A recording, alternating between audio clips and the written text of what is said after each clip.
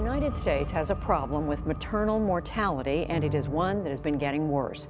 The U.S. is one of only 13 countries where the death rate is worse now than it was 25 years ago, and among the worst of the wealthiest countries in the world.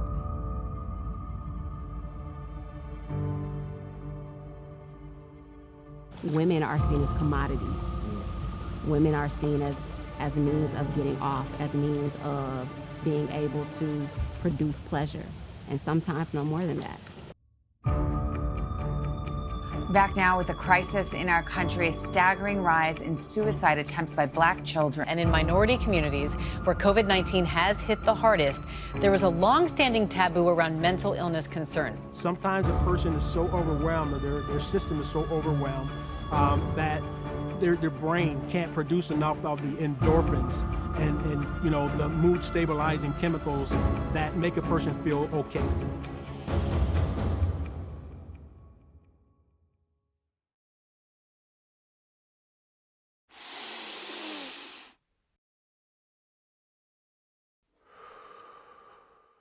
You gotta go to Genoa first.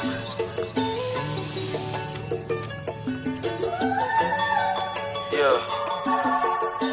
Now that I got niggas' attention. Look. I still wonder, will I ever get $1 million in my life? Taking all these chances, I could give a fuck about your advice. We come from the bottom, trying to take it to the highest height. If I ever do it, promise niggas I'ma do it right. If these niggas acting ignorant, then they come up missing, yikes. I ain't really with the bitch, and baby, keep your distance by. He was counting money every day, but couldn't read and write. So he running around with them torches, trying to get it tight. Niggas didn't guide me through the way when I couldn't see a sight. I remember mama lighting candles, they cut off our lights.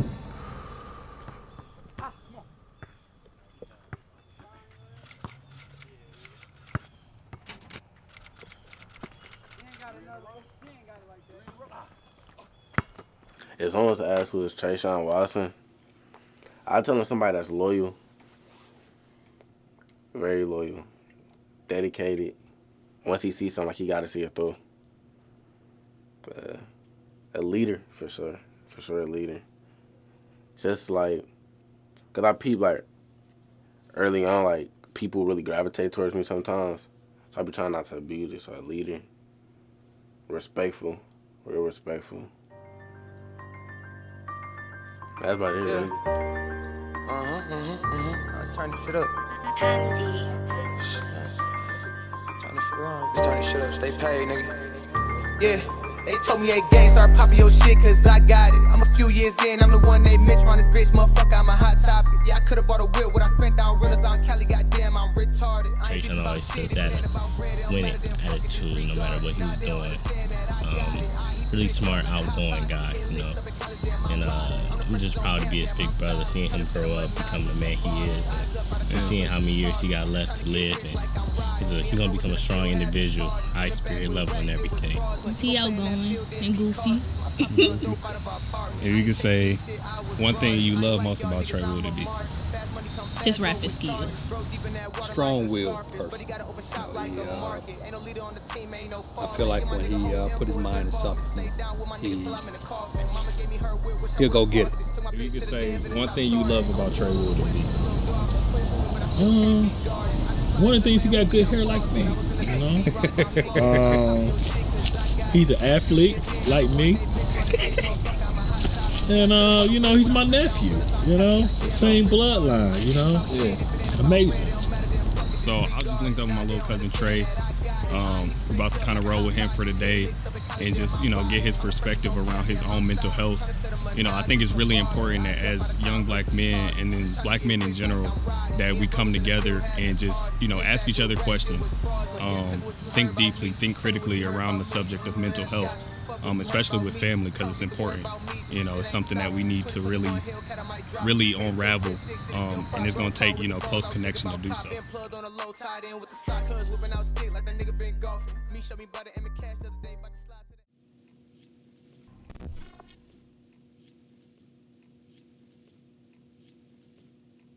You were diagnosed with bipolar. When was this?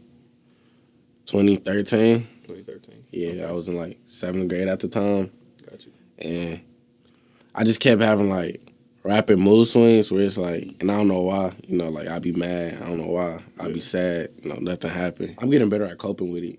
I've been finding like way better ways to cope with it and everything. What do you do to cope with it? Usually I listen to music, even like write like a poem or something, like some music. Yeah, something like that. Sometimes smoke. So for you, music, you know, it's not only a passion, but in a sense, it's almost like a medicine too. Yeah, it's like a getaway. Besides like music, do you take any medications? No, at first I was prescribed with something, and I liked it because it kept me happy all the time. Like, I was just like real happy, like real chill. But I didn't really like it because I feel like I couldn't control how I was feeling. So it was almost like you was stuck in like a euphoria. Yeah, almost. And it was like everything was just like kind of too good, and you know it's not. Right. I ain't like that. It's a weird feeling. Yeah. Like, cause you know you're not supposed to be like, you want to feel something else. Right. Do you take any other substance besides marijuana? Nah. No. Okay. I might drink here and there, but yeah. I guess the reason I ask that is like, is there anything that like is similar to that feeling when you would take the medication? Probably lean. Yeah, but lean always made me feel way different. Like, it wouldn't cheer me up, it would just chill me out, like making me more into the moment because everything's just slower. Yeah. So it's like, it's calm, it's almost calming. Yeah, real calming. Yeah. Because it's just like, comes in, soothes you. Do you feel like that can be addictive? Yeah, I've been trying to like slow down with it because it's crazy. Like, you get addicted to it so quick and not even expect it. I ain't trying to no drink it. When you noticed you had to slow down, how often would you say you was drinking? Every day. Jeez. Every day, like being by myself, I go through a whole pint in like 3 days.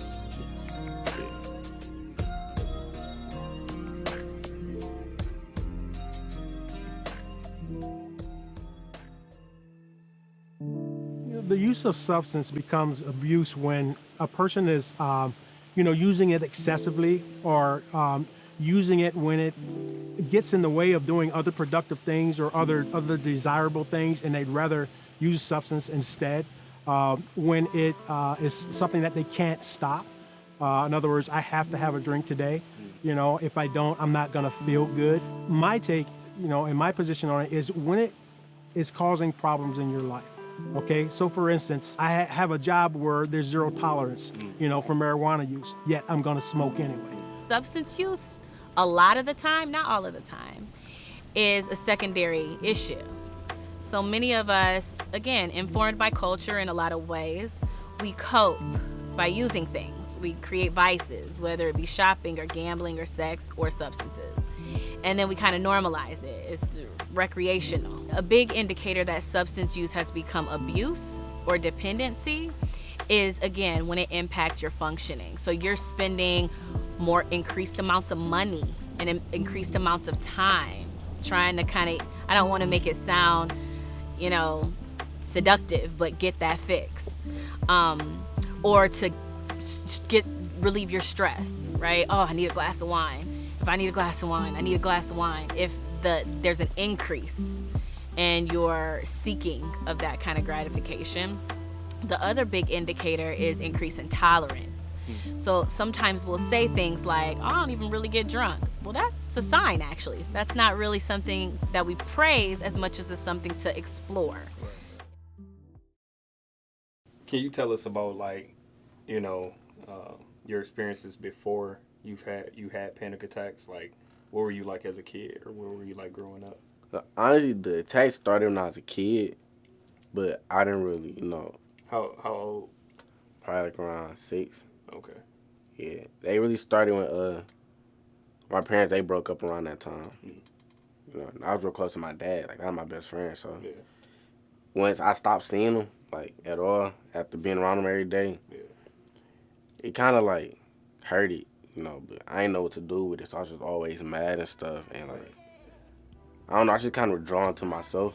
So I started like in my own company, and I didn't really like interacting with nobody else. So I always read. Like, every time I read, it was just taking me somewhere else.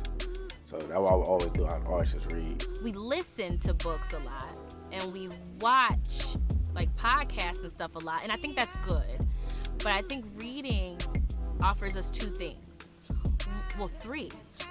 It can offer us validation. There's so many memoirs and books and autobiographies out here that can speak to whatever it is we're experiencing and make you not feel alone. And you can do that in private, right?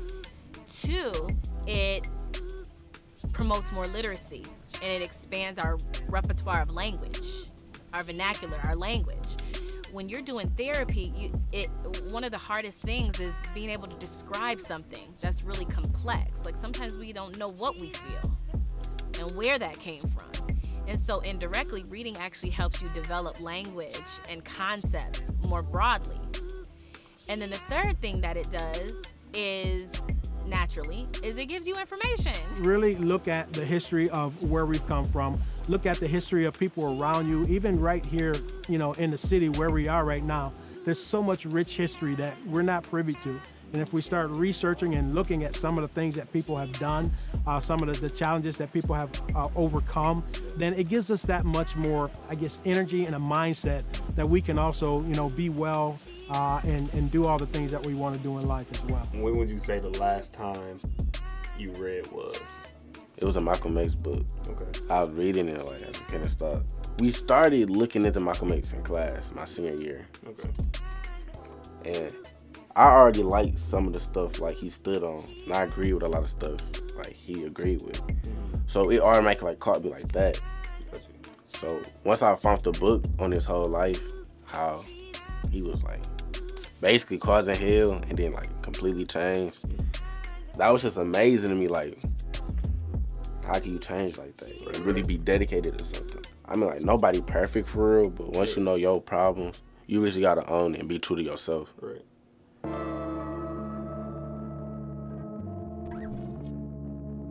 It's super important on the individual level for us to dive into our internal truths and then implement the proper actions to become healthier. But in order to ensure community growth, it's important to become aware of the resources that are available and to also act as a resource. That's the only way we're going to build. Mental health definitely is something that attacks the black community the severest, the most. I feel that it can be alienated in a way of just kind of like coming to be at peace with yourself. You know what I'm saying? Like, I had a conversation with my mom, and she was just having a deep conversation about how she feel like sometimes she may be losing it because she's so needed and it weighed down on her mental. And I told her, like, in reality, you got to really be selfish with your peace. Like, you got to stop having giving so many people access to your peace, and it starts with that. So with that being said, I just feel like at a place in my life right now, I'm gathering my zen, my sanity, my peace, being balanced, you know what I'm saying? And really not giving so much access to me, the outside interruption, you gotta limit it. The next stop is over to the First Mental Health Gym here in Farmington, Michigan. Me and Trey are gonna sit down and talk with CEO David McCullough to learn more about his initiative and the mindset behind it.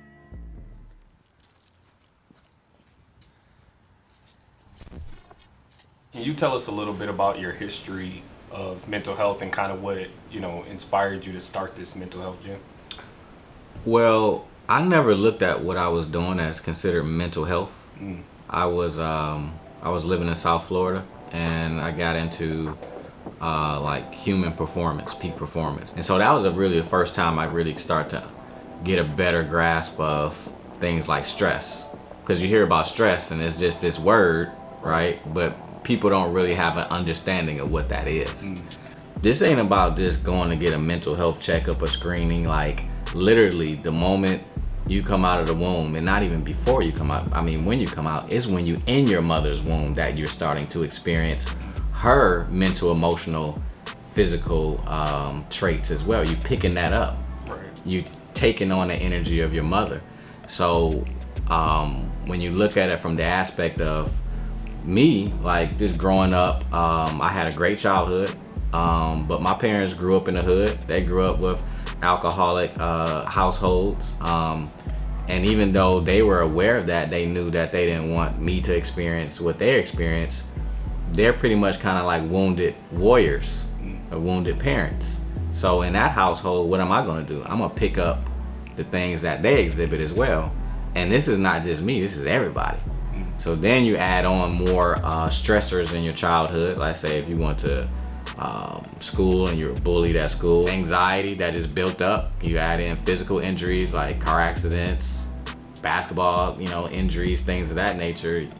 You get into your late 20s, you start to break down, and that's what happened to me. Yeah. It's messed up, but it's a mental game that's happening. Yeah. Psychological warfare is what it is. Yeah. And really is weaponized trauma. Black people, we've weaponized our own trauma. So we kind of destroy ourselves within. Right. But we guess what? We starting to change that drastically.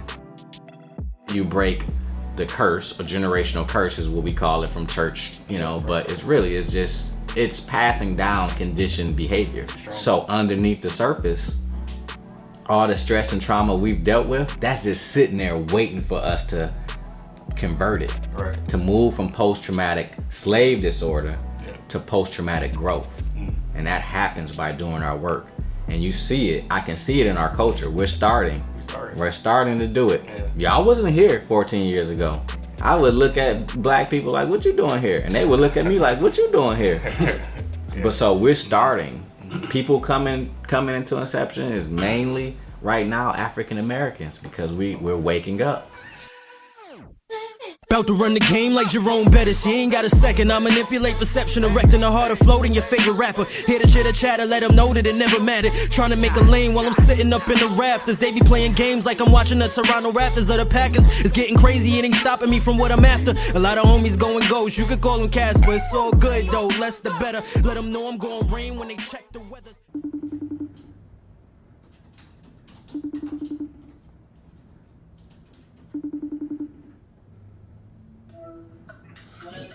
What up, Jay? Can you tell us a little bit about how mental health can be influenced by yoga and the things that,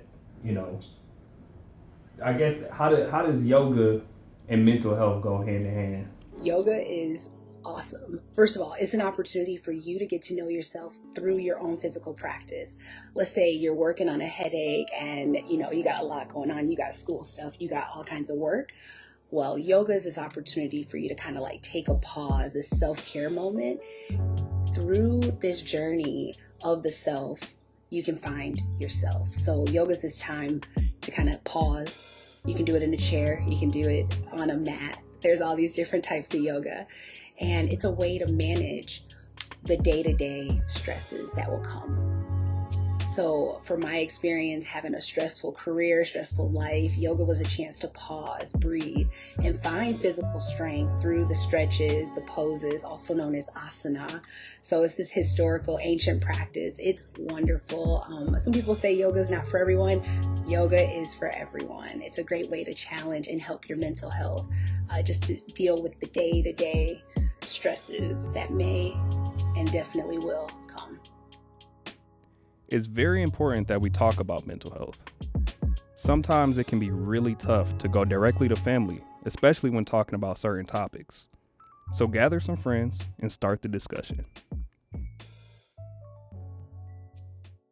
Are you asking why drugs in general would be shown to the masses? Almost more like, do people only do it because it's popular? Like it's a stigma of like it's a culture, right? It's a cultural thing. It's a weed culture, right? Where it's like, oh, this is cool to do, rather than something that is necessarily helpful for our minds. That's real. I think with consuming marijuana, there's definitely a balance there. I think it also relies heavily on like your own just like personal disposition. So if you have more of like an addictive personality and you kind of realize that about yourself, then it's like, maybe you should step away, and it could be harming you more than helping you. I think personally that's treading too thin of ice. I think it's an easier, an example to disconnect from social media than it is to be like, I'm only gonna blow on the weekends when I get off work and I'm never gonna do anything else. Because I feel like because it can be such it puts me in a good state of mind or whatever it is.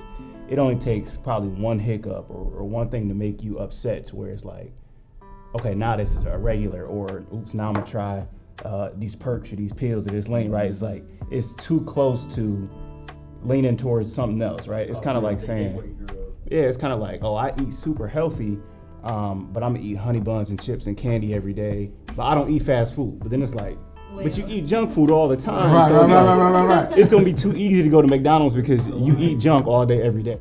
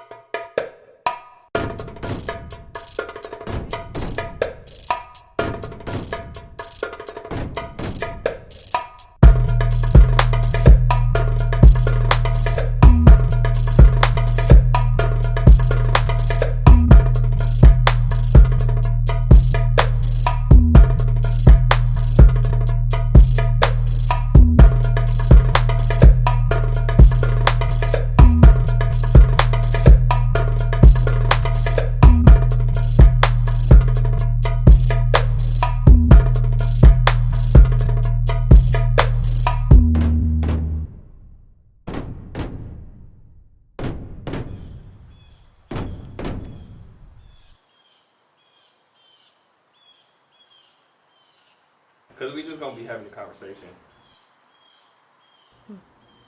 My lipstick messed up. Is it too light, bright, shiny? Okay. If you could summarize yourself in 2 sentences, how would you do so? I would say that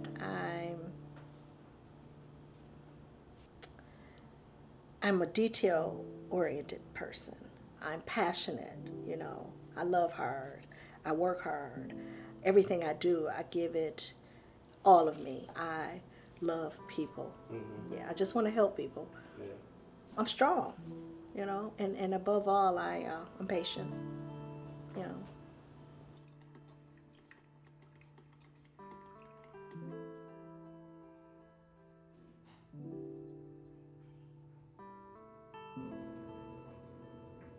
I'm a survivor of 2 abortions.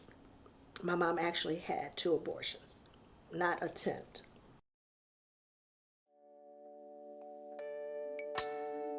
I didn't do much. Just got caught up in the wrong, cruel people. And one thing led to another. There you go. Oh, pregnant. Wow. Okay. What am I going to do? I didn't know the future. I didn't know what was ahead. I just was afraid right now because where am I going? Who do I have? So that helped me to learn to wear a mask. Fake it till you make it.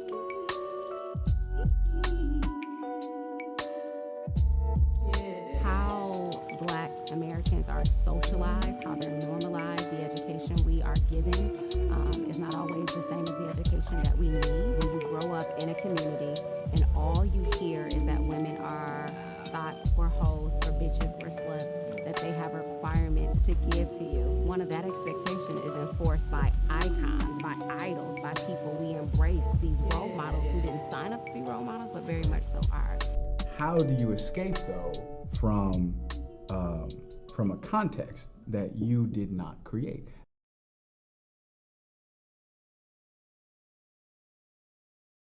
Although us as women and Black women specifically, we're working to rewrite that narrative, it's still something that's still like a big pushback.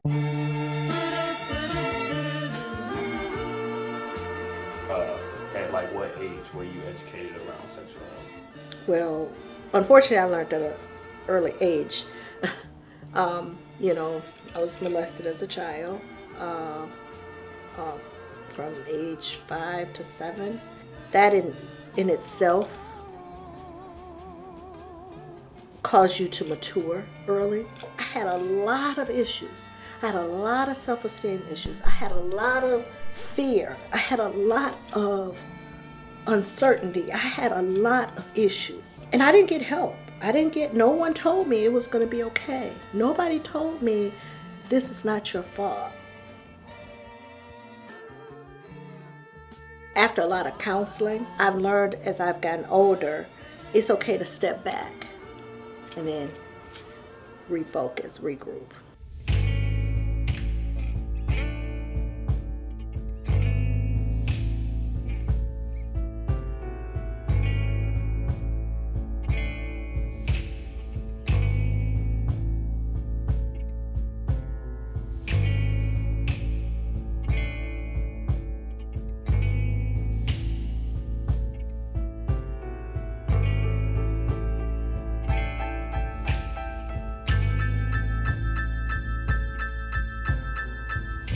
sexual health being something that's very fundamental to, you know, our lives, you know, the way we even see ourselves, the way we behave. Yeah.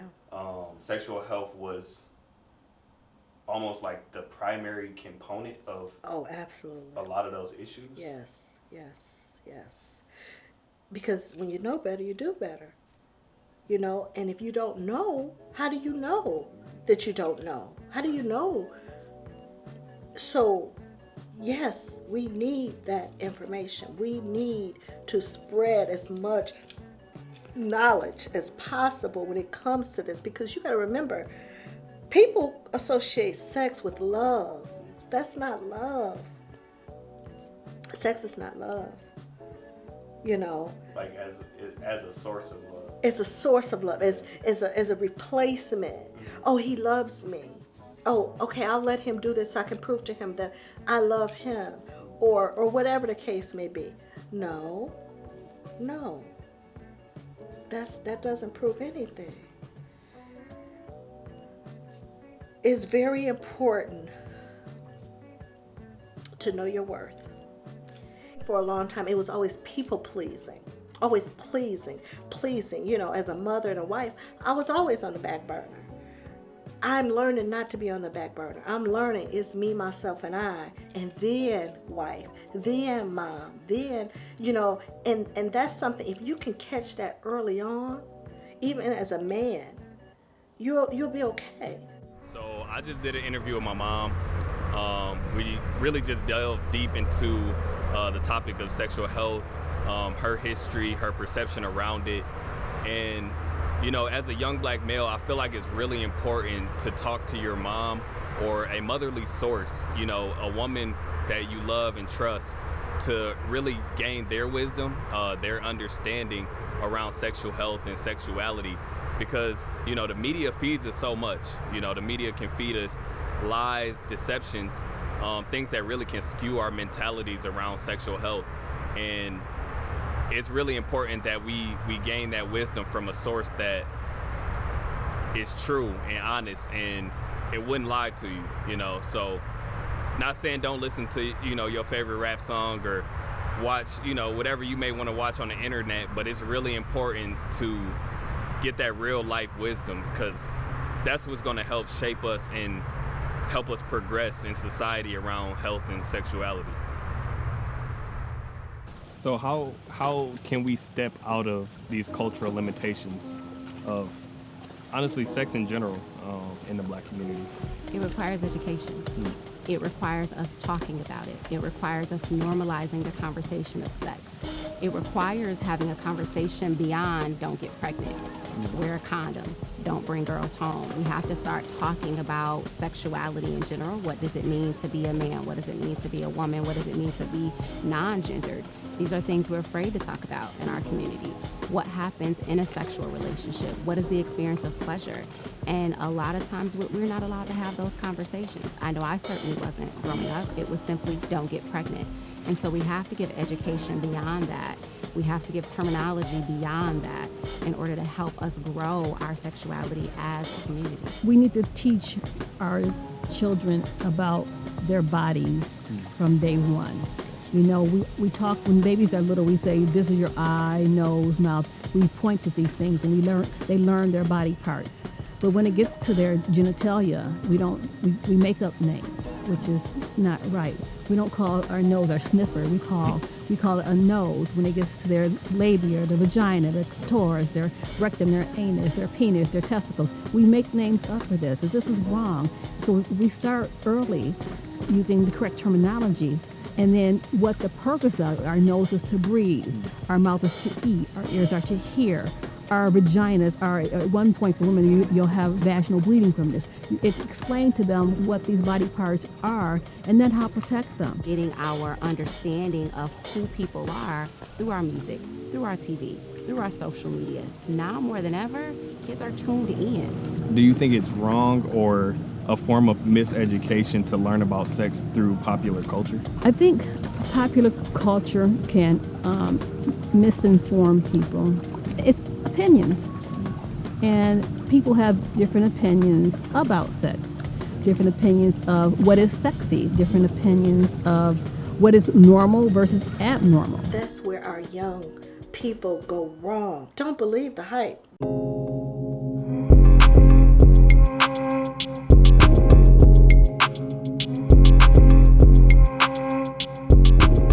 I was young, I was 23 at the time, and I ended up,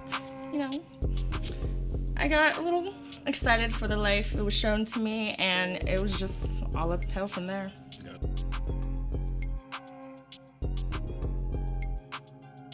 How did your introduction to sex through music influence your approach to sex? I'm imaginative. Like I will literally just listen to a song and I'll picture myself in the video. I'll picture myself literally in dialogue in that video. So what helped me get so in tune with my sexual side was my imagination. Listening to this music and just pretending to be in these videos. Every time I listen to music, I feel it. I feel it because I just want to move and I want to be sexy. I want to be sexy all the time. I listen to that stuff all the time. Learning like how to move my body just to the music, and based on the lyrics, just knowing that that'll match what I want to do in the moment. So, yeah. Music has a huge impact on our sexuality. Music has a big impact. It helps me go into self-care. But then we have to also say music can make me feel sexual or sensual by the words, by what's being described in it, by what's being offered to me. Sometimes by the beat, the sheer sounds, right? The sheer cadence of that experience. And so music can contribute to a beautiful sexual experience, but it can also contribute to a damaging sense of sexual self. And that's when I think is most dangerous, is when you're super young and you don't have enough self-awareness to control what your personal narrative looks like. You're just gonna cling to what you're hearing every day. And if it's all radio talk, every woman on the radio is talking about sex.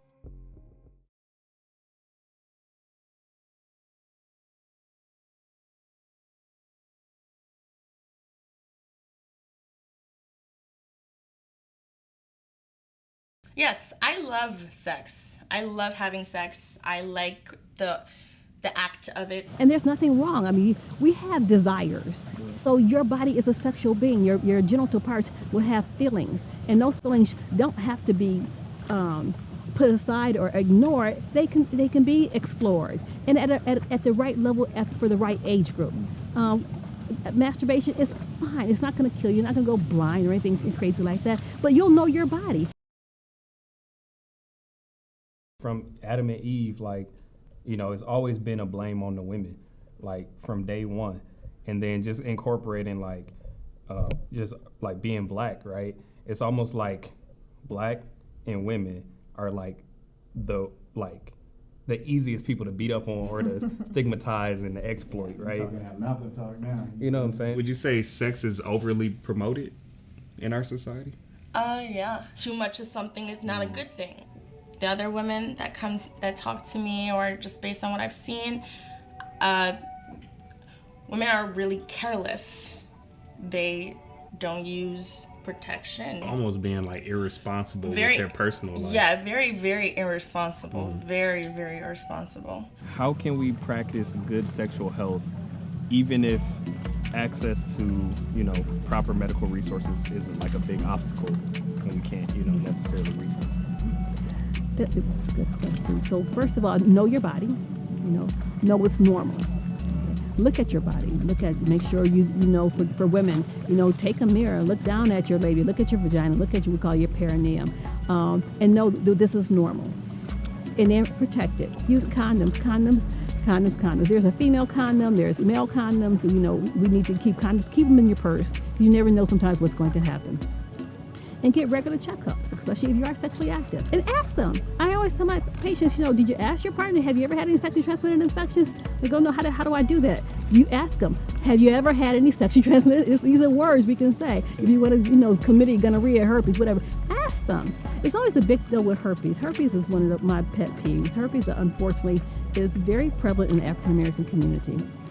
A lot of people are asymptomatic for it.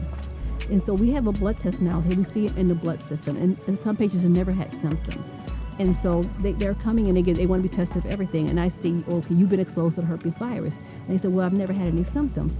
And I go, you probably never will either, but you've been exposed. And they go, well, how do I go about now with a new partner?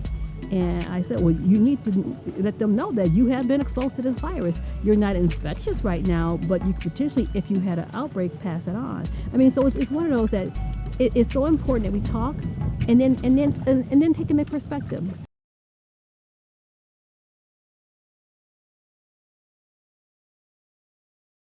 It's almost like you use this tool, your body, right, to create a sense of stability in your life, but it got to a point where it was too much of, you were using your body too much of it as a tool.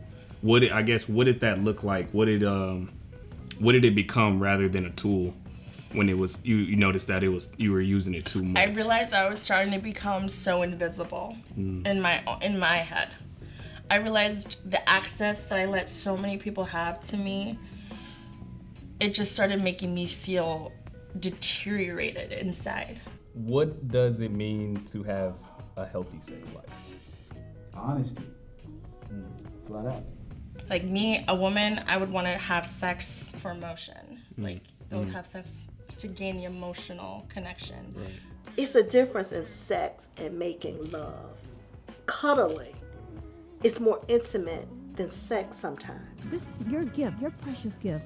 You need to really, I know it feels good. I know this guy is, probably a really nice guy, but this is your gift. And you don't want to just keep giving that gift away because you devalue it. And, you're worth more than that. Knowing what you do and do not want to do. Just knowing that flat out. And then also being able to communicate that. And then being with people who can respect that. It's like knowing, what you're cool with, what you like, what you don't like, informing your partner of that. So Right. I feel like definitely having the confidence and level of comfortability to be vocal about those things. I think that's a big thing. The simple things in life, the loving and just having someone to come to at the end of the day. To still teach me the things that I don't know. That's all. The answer to it all is going to be education, no matter what question we ask. And it's just simply because we don't talk about it.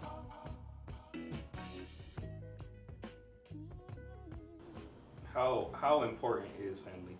Oh, family is everything. Family is everything. I've always told you guys ever since you were little, it's the four of us against the world. My mom is a good woman. She's phenomenal. She's so kind, so big in the heart.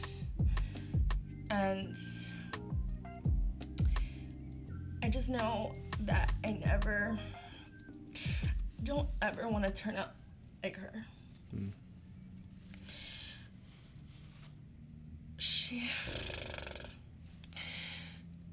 When I was younger, a lot of things could have been avoided as being a child with having an adult around and with the neglect of the adult and being a child and taking on the responsibilities. It kind of just it makes you ready for things too soon. And my mom, I always wished she was as supportive of like the dream I have of film and doing all this stuff as she was with telling me and encouraging the fact that I was a dancer. And it made sense to me why she would encourage that so much, because the money was always good, I just don't ever want to turn out like her. Right. I want to be better. I want to do something with the platform I have, with the love I have for the passion. She didn't have that. She didn't pursue it that way. And I'm the person in my family that's meant to break that cycle. I'm definitely meant for greater things. Oops. You're good.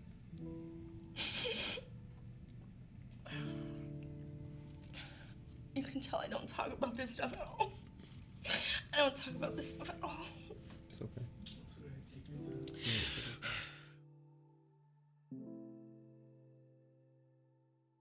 Do you have a little sister? No, I don't. Okay. So I have younger cousins though who are women. You know. Got you. So say Lil Cuz, right? She was sexually abused, right? And you are one of the only family members in the family to know. What does it look like for her to heal? You know what I'm saying? Is that something that she should engage on a social media live so that she can, help other people? Is that something that she should, be able to go to the family for? Right? Even though you're not necessarily a professional in that regard, like, what does healing look like for us to be able to progress and own our sexuality as Black people? So specifically, I would not want my little cousin to go on social media, to go on live, and to talk about her sexual traumas. That is exactly what I. Isn't that going on? Like on Twitter, people are like, you know what I'm saying, talking about things that are going on, and it's the same thing. People are airing people out. Right. That's the term. Family is what I'll say. There must be a context where I hope that our relationship is one where the love that is foundational, where she's able to say, this is what happened to me. Maybe she doesn't know how it's gonna go, how I'm gonna react, but she knows that I can come to at least these people in my family. So healing needs to be very intimate, very familiar, rather than social media and public. Yeah. Okay. So what if it could be both?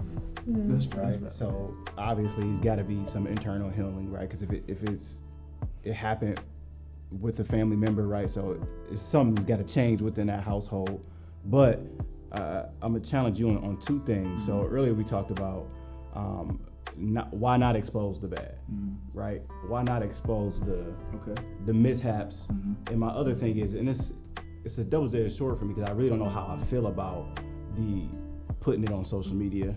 But what I thought about when I was reading over this before we started is that could be a motivator for other people to share their story and come to grips with, okay, let's put the conversation on the table, right? This is true. Because let's say there's 30 women who are scared out of their mind to bring up the topic, and they all tune in to one woman who shared. Now the other 29 are like, let's put it out there. Yeah, and it becomes an experience of courage and release, and it becomes really cathartic.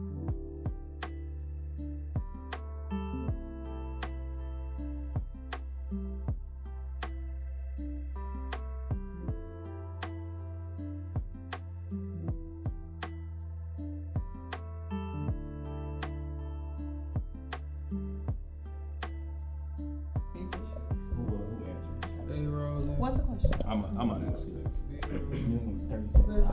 Give us a question. I'm like, I mean, whoever feels comfortable talking about. What's the question? Yeah, what's the question? All right. We start? I mean, not like. Okay.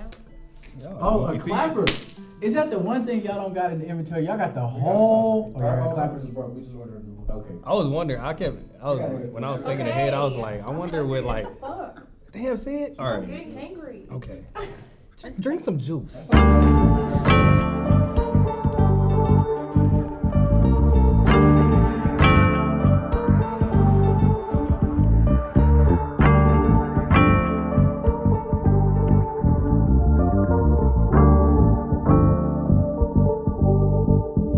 If we had a conversation, baby.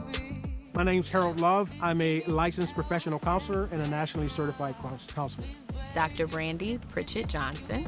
I am a psychologist and an educator. Jessica Ross. I'm a licensed professional counselor, certified sex therapist, and trauma specialist. Dr. Patrice Harold. I'm an OBGYN in private practice.